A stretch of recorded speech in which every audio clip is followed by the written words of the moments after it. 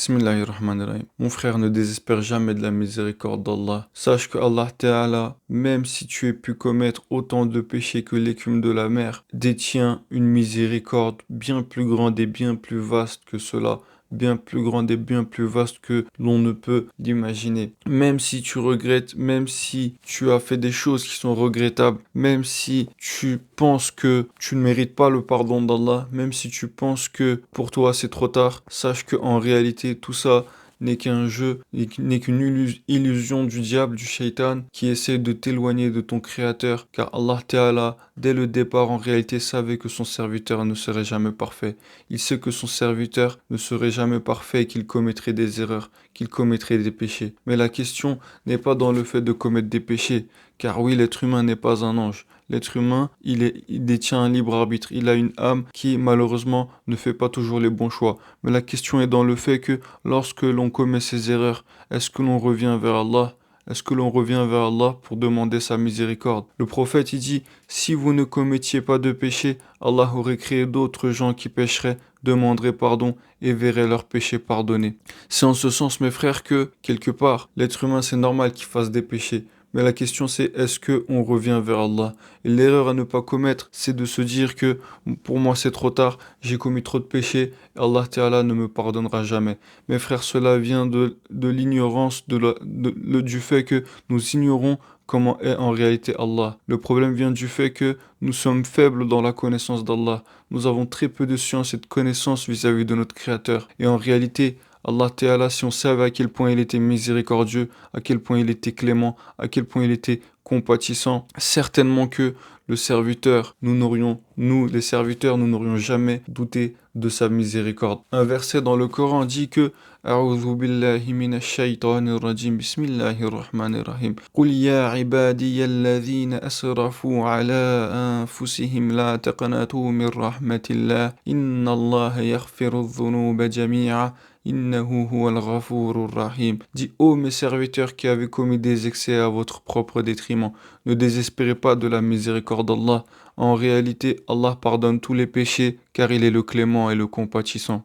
Mes frères, il faut savoir que Allah Ta'ala, peu importe le nombre de péchés qu'on puisse avoir, le nombre d'erreurs qu'on ait commis, si on admet, on sait qu'on a fait des choses qui sont regrettables et qu'on revient vers notre Créateur, on le trouvera toujours clément, compatissant, pardonneur, miséricordieux. On voit que Allah Ta'ala est miséricordieux, ne serait-ce que à travers le fait qu'il ait créé pour son serviteur des facilités comme celles que je vais citer tout de suite. Par exemple, le prophète dit, lorsque le serviteur accomplit une bonne action, que je vais citer tout de suite, lorsque le serviteur a l'intention d'accomplir une bonne action, Allah Ta'ala, de par sa miséricorde, on voit qu'Allah Ta'ala est très miséricordieux, alors même qu'il n'a pas accompli cette action, Allah Ta'ala, il lui donne quand même la récompense de cette bonne action. Lorsque le serviteur accomplit une bonne action, Allah Ta'ala lui donne 10 bonnes actions et il multiplie cela à sa guise. Parfois, pour une bonne action, Allah il va donner jusqu'à 700. Parfois,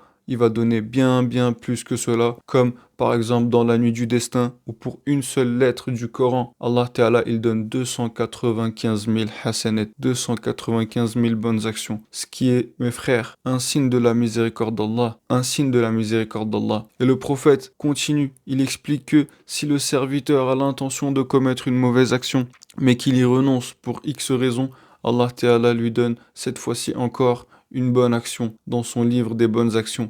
Et si jamais le serviteur finit par accomplir un péché, Allah Ta'ala à ce moment lui accorde uniquement un seul péché. Il lui accorde uniquement un seul péché. Pas 700, pas plus que cela, mais uniquement un seul péché. Et ce péché en question, le prophète explique que Allah Ta'ala attend. Et si jamais le serviteur lui demande pardon, si jamais le serviteur revient vers son créateur, admet ses erreurs, Allah Ta'ala le pardonnera de telle sorte que son péché sera effacé. Donc mes frères, on voit bien que Allah Ta'ala, en réalité, il est très miséricordieux. Ne serait-ce que à travers le fait de donner autant de facilité au niveau des bonnes actions pour son serviteur et en limitant le compteur des mauvaises actions au strict minimum, on voit que Allah Ta'ala en réalité il veut faire miséricorde à son serviteur et il veut pour lui le paradis. Allah Ta'ala dit dans le Coran, j'ai préparé pour mes pieux serviteurs ce que nul n'œil n'a vu, nul n'oreille n'a entendu et nul cœur n'a imaginé. Et si Allah Ta'ala ne voulait pas que son serviteur accède au paradis, il n'aurait jamais créé ce dernier, ce paradis, pour ses serviteurs. Mais bien au-delà, bien au contraire, le but d'Allah, c'est que on atteigne ce paradis. Il y a des actions, mes frères, où des fois, Allah Ta'ala, pour très peu, il donne énormément. Prenons l'exemple des 4 mois sacrés, le mois de Rajab, le mois de Dhul Qa'dah, le mois de Dhul Hijjah, le mois de Muharram. Dans le Coran, Allah explique leur caractère sacré et les tafsir explique que les bonnes actions dans ces mois-là est particulière, que l'importance des bonnes actions dans ces mois-là est particulière et que les bonnes actions sont multipliées dans ces mois-là. Il y a l'exemple des lieux sacrés où Allah, pour une prière qui est accomplie à Médine en temps normal, il en donne la récompense de 1000. Et pour une prière accomplie à la Mecque, il en donne la récompense de 100 000. Et mes frères, sachez que les actes méritoires sont nombreux dans la religion. Les actes où pour très peu Allah donne énormément sont nombreux. Un jour, il y a un compagnon qui s'appelait Amr ibn Abasa, radiyallahu anhu, qui est parti voir le prophète et qui lui demandait, ô messager d'Allah, parle-moi donc des ablutions. Le prophète lui dit alors, il n'est pas un homme parmi vous qui s'apprête à faire ses ablutions en se rinçant la bouche et le nez sans qu'il se voie pardonner les péchés commis par ceux-ci. Et le prophète y continue en expliquant que pour chaque partie du corps que nous lavons durant les ablutions, les péchés du serviteur coulent et s'effacent et se dissipent en même temps que l'eau qui coule. Et enfin, lorsqu'il se lève pour accomplir la salade, glorifiant Allah, lui adressant des louanges et l'exaltant comme il se doit, ne libérant son cœur que pour lui, tous ses péchés lui sont effacés jusqu'à redevenir tel qu'il était lorsque sa mère le mit au monde. Et Abu Umama dit à Amr ibn Abasa radiallahu anhu, Amr ibn Abasa, sois bien attentif à ce que tu dis. On accorderait tout cela à un homme en une seule fois? Et là, Amr ibn Abasa radiallahu anhu répond, ô Abu Umama, mon âge est avancé, mes os sont devenus fragiles et mon heure est proche. Je n'ai donc nul besoin de mentir sur Dieu ni sur son prophète. Et si j'avais pas entendu cela une fois, 2 fois, 3 fois, 7 fois et bien plus souvent que cela, je ne te l'aurais pas dit aujourd'hui. Donc mes frères, vous voyez, ne serait-ce qu'à travers la prière, Allah Ta'ala fait miséricorde à son serviteur tel que le serviteur peut ressortir de cette prière comme s'il venait de ressortir du ventre de sa maman. Un jour, une femme parmi les anciennes communautés qui était malheureusement prostituée a rencontré un chien allaitant au bord d'un puits, presque mort de soif. Elle retira sa chaussure, l'attacha à son voile, puisa de l'eau pour lui donna à boire, et en voyant cela, Allah Ta'ala fait miséricorde à cette dame.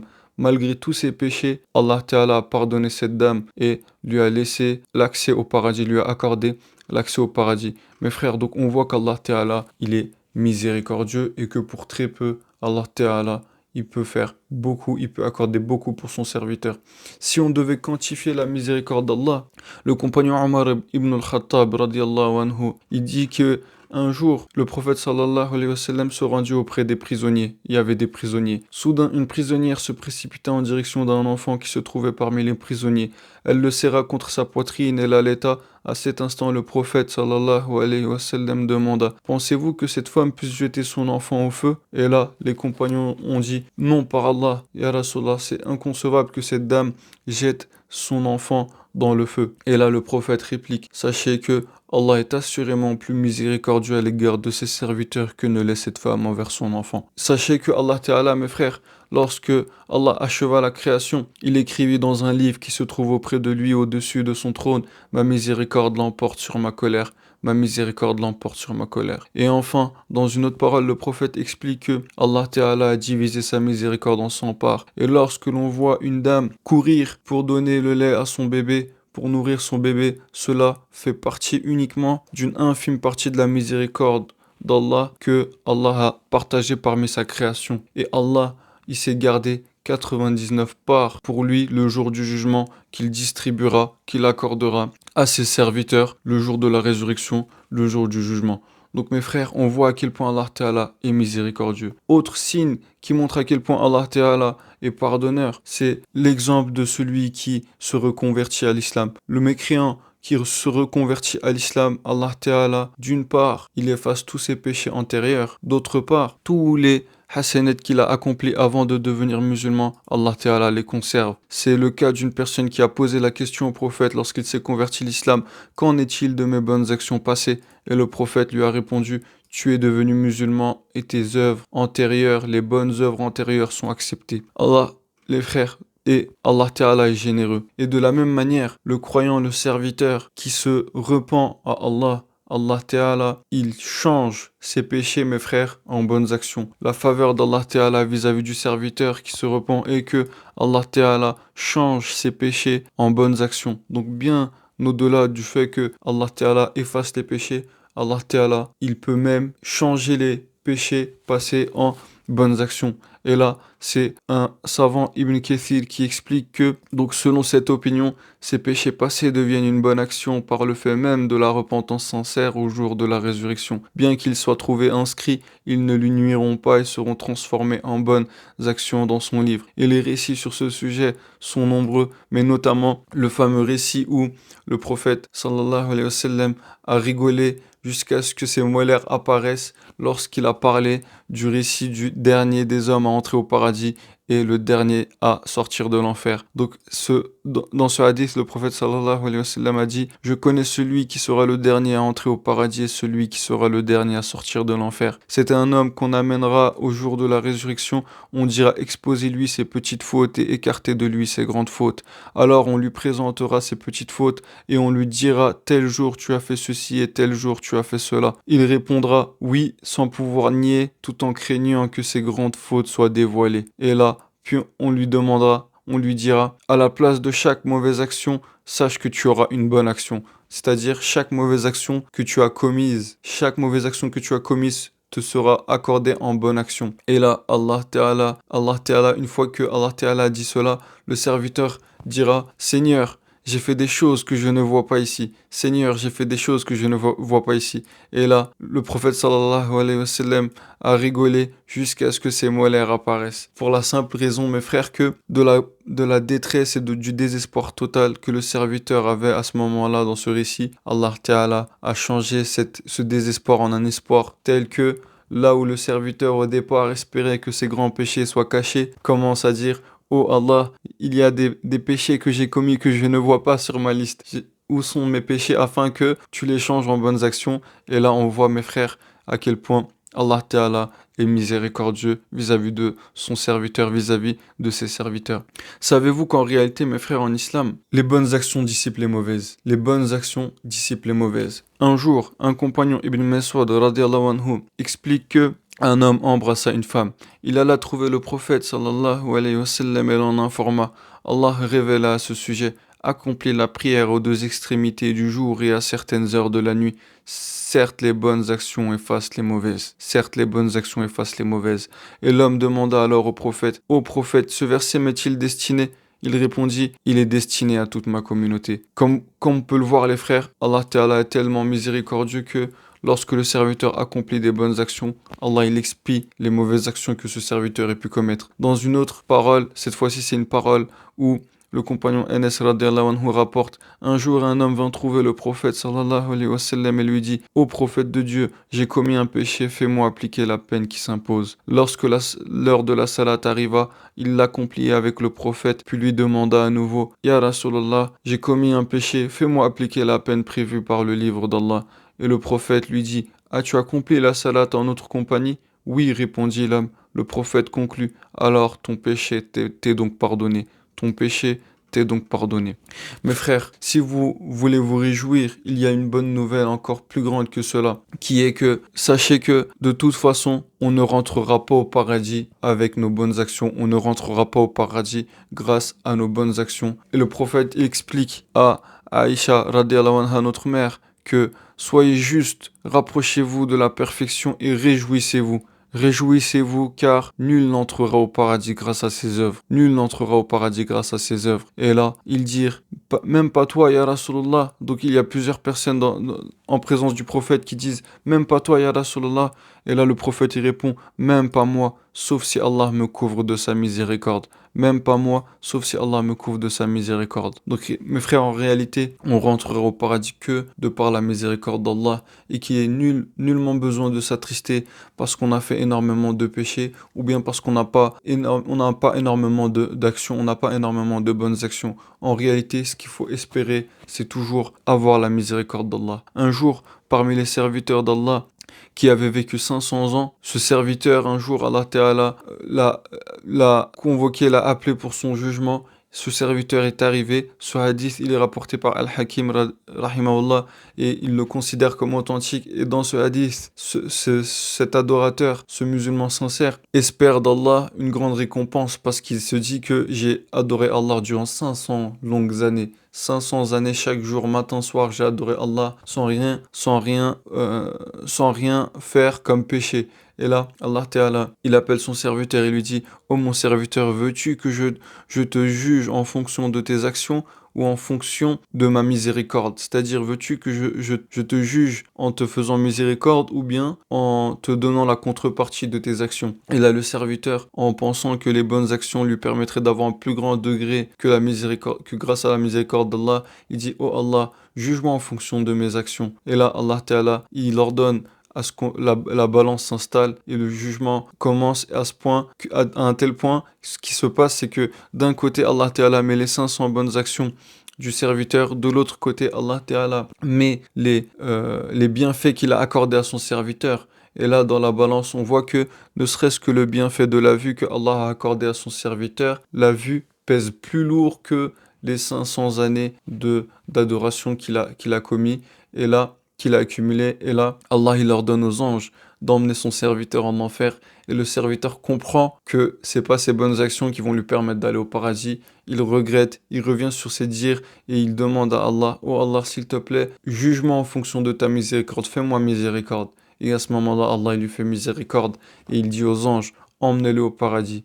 Donc en réalité, mes frères, la contrepartie du paradis ne sera nullement nos actions. En réalité, pour accéder au paradis, en réalité, cela passe par la miséricorde d'Allah. Et sachez qu'Allah est miséricordieux. Il y a encore une bonne nouvelle pour mes frères, pour le serviteur. Il y a encore une bonne nouvelle pour le serviteur. Donc, avant de passer à cette bonne nouvelle, donc c'est par rapport à ces deux hadiths que je viens de citer, où on voit que Allah Ta'ala accordera le paradis à son serviteur uniquement de par sa miséricorde. Le prophète, c'est pour cela qu'il donne le conseil à ses compagnons. Avant de mourir, il donnait ce conseil que n'aucun d'entre vous ne meure sans avoir la meilleure opinion de Dieu.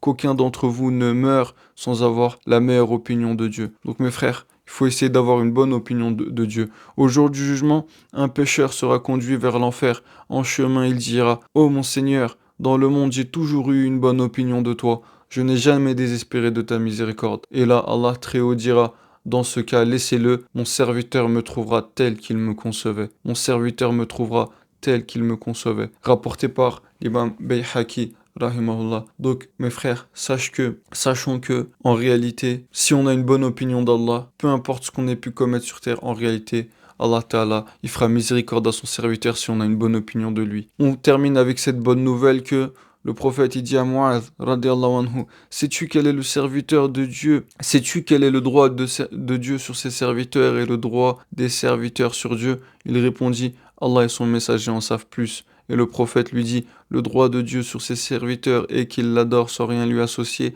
et le droit des serviteurs sur Dieu est qu'il ne châtiera pas ceux qui ne lui associent rien. Et là, Mu'adh répond, Ya Rasulallah, dois-je annoncer cette bonne nouvelle aux gens? Il répondit, non, car il risquerait de s'y fier uniquement et de délaisser les actes. On doit certes pas délaisser les actes, mes frères, mais on peut prendre cette bonne nouvelle qui est que Allah Ta'ala ne châtiera pas son serviteur qui ne lui associe rien, qui est sincère dans sa foi, sincère dans sa croyance, sincère dans ses actes d'adoration, qui prie uniquement Allah, qui adore uniquement Allah, qui espère uniquement d'Allah, qui ne lui donne aucun associé. À ce moment-là, Allah Ta'ala ne châtiera pas ce serviteur, mes frères. Ibn Hajar al-Asqalani, il explique dans un de ses commentaires, dans une de ses œuvres que il insiste sur la nécessité d'équilibrer cette parole avec les autres textes révélés, c'est-à-dire qu'il faut pas délaisser les actes que Allah il attend de nous.